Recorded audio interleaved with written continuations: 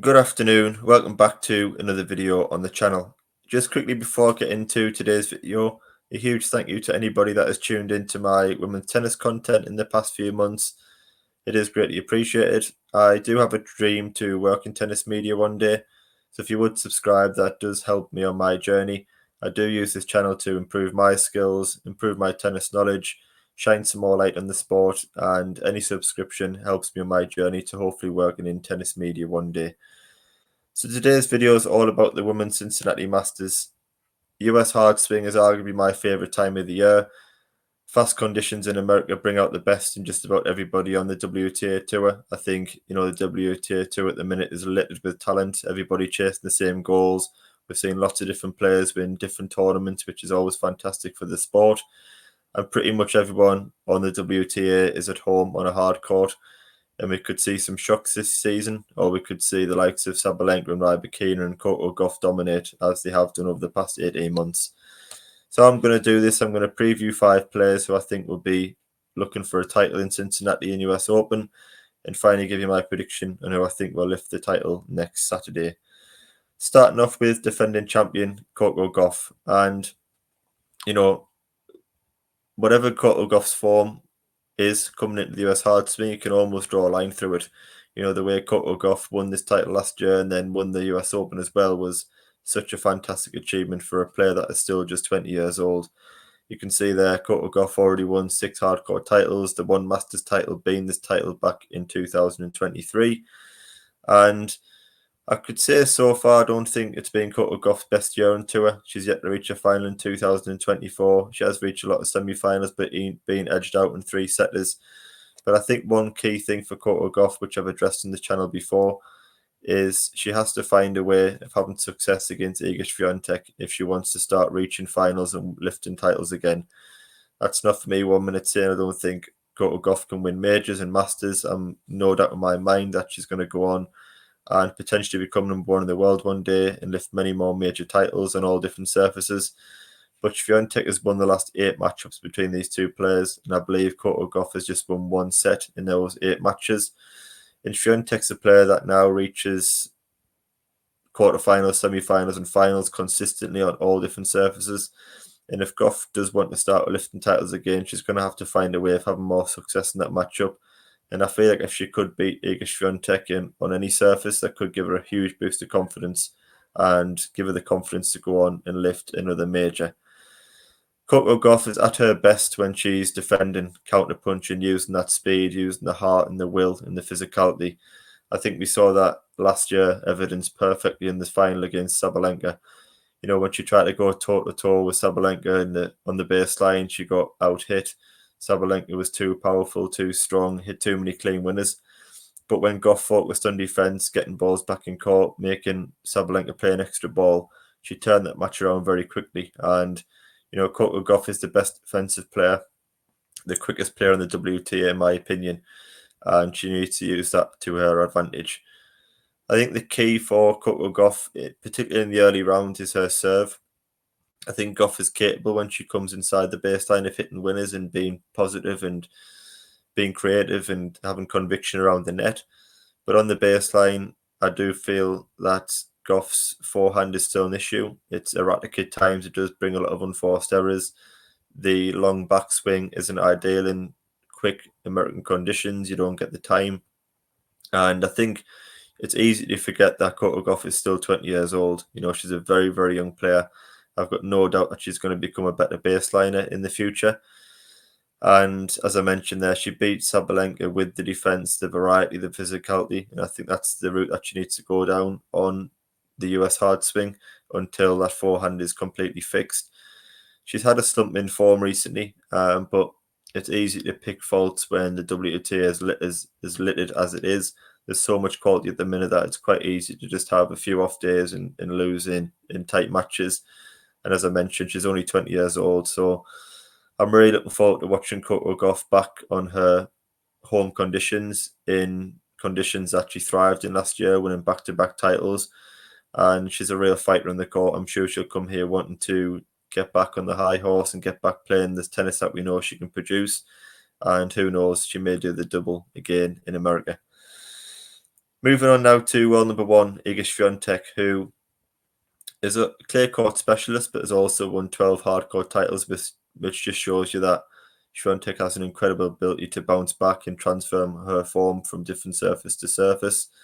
She reached the semi-final of this event last year, has already won 10 Masters titles. We know Swiatek had an incredible clay court season in 2024, winning Madrid, Rome, Roland Garros.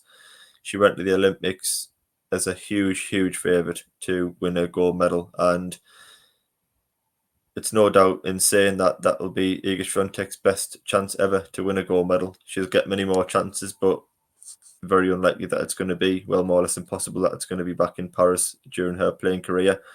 It was a huge shock when Qin Zheng beat her, but I'm pleased Swiatek recovered to win a bronze medal. I felt she deserved it, but no doubt she'd be hugely disappointed in not winning a gold medal for Poland, and hopefully that doesn't affect her form going on in 2024. So as I mentioned a little bit there, she's almost invincible on clay, but I think it's worth pointing out that the vast majority of the WTA are way more comfortable on a hard court than they are on a clay court, which does level out the playing field, even when I think you talk about the elite players. If you are matching Swiatek against Sabalenka on a clay court, I think you'd probably go in a 90 towards 10 favour in Swiatek. On a hard court, it definitely becomes a 50-50. You could even arguably make Sabalenka a favourite if it's quick conditions. You know, Sabalenka hits the ball incredibly hard off both wings with the big serve as well. I think Sabalenka, Rybakina, Coco Gauff, Jessica Pegula, all very, very capable of beating Iga Swiatek on a fast hard court. The high bounce in America does suit Swiatek's forehand. The backhand, as we know, is ultra consistent, got great variety, but the quick, hard courts suit flat ball strikers like Sabalenka and Rybakina, as I mentioned. I still think Swiatek moves and defends very well, but she is susceptible to natural hard quarters. You know, Swiatek's a player that can reach semi-finals, finals, and finals without playing her best tennis. But when she comes up against the likes of Sabalenka, Rybakina, she does need to play very, very best tennis to get a win over those players on hard courts. And I'm interested to see how she bounces back from those Olympics disappointments. I also think Swiatek, I'm not sure she's in the 100% physical shape. She had a very, very demanding clay court season, winning those 3 titles. You could see that at Wimbledon she didn't quite produce her best. Olympics she didn't play her best tennis by any stretch. So hopefully she's had a long enough break and she's got the motivation now to have a solid, successful hard court swing, and we can see her back to producing her best tennis.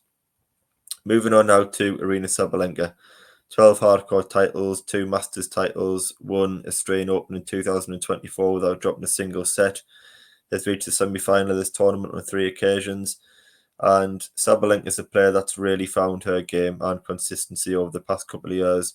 As you can see, US Open Final 2023, winner of Australian Open in 2024. It's a disappointing fact that Sabalenka hasn't really pushed on from that since. We know she missed Wimbledon with a shoulder injury, which she was a favourite for. And she will come here as favourite for Cincinnati and US Open if fully fit, but didn't play best tennis in Canada either. The final of which is tonight between Pegula and Anisimova. But we all know that Sabalenka has the biggest weapons on tour, in my opinion, probably along with Rybakina. I think patience and control is key for Sabalenka. We saw in the final last year in the US Open when Gauff was using her physicality, speed, defence, counter-punching, getting balls back in court. I feel like Sabalenka started to go for too much too soon. She started to try and overhit, and that brought out many, many errors. I think Sabalenka is a player that just develops power so easily. She times the ball incredibly well. She's got huge power. She's a tall player. She's got a very good serve, a good 1-2 punch. And Sabalenka is a player that can make hardcore tennis look incredibly easy at times. She can develop such pace off forehand and backhand, and is devastating. We've seen at times that she's won matches in 40-50 minutes. And when she's in a going day, it's incredibly difficult to neutralise or stop Aryna Sabalenka winning in double quick time. Moving on now to another huge ball striker in Elena Rybakina. Won 4 hardcourt titles in her career, 2 Masters titles, did reach the quarterfinal of Cincinnati Masters back in 2022. And Rybakina actually started 2024 incredibly well, particularly on hard courts. She won titles in Brisbane and UAE, reached the final of Doha and Miami. And, you know, Rybakina has all the tools to have an incredible US swing. She's had a long break since Wimbledon, didn't play at Olympics. And that's a sign that Rybakina is primed for a big run at US hard swing. She's had a couple of fitness issues this year, unfortunately. But as I mentioned there, she's had a rest in Wimbledon. And with that serve, forehand, backhand, the easy power, she's a huge danger to all. And I feel like Rybakina, consistency is the key. We've seen a lot over the past that she can have lapses in concentration. She can throw in very poor performances and just have an array of errors and have a really bad day and gift opponents wins. But I feel like if she can be mentally stable and is fully fit and the shoulder is fine and she doesn't have any issues that she had in Berlin with fitness issues, then I feel like, Rybakina is a player that can go very deep in Cincinnati and the US Open. And finally, moving on to Jessica Pegula, who is in the final tonight of the Canada Open against Anisimova.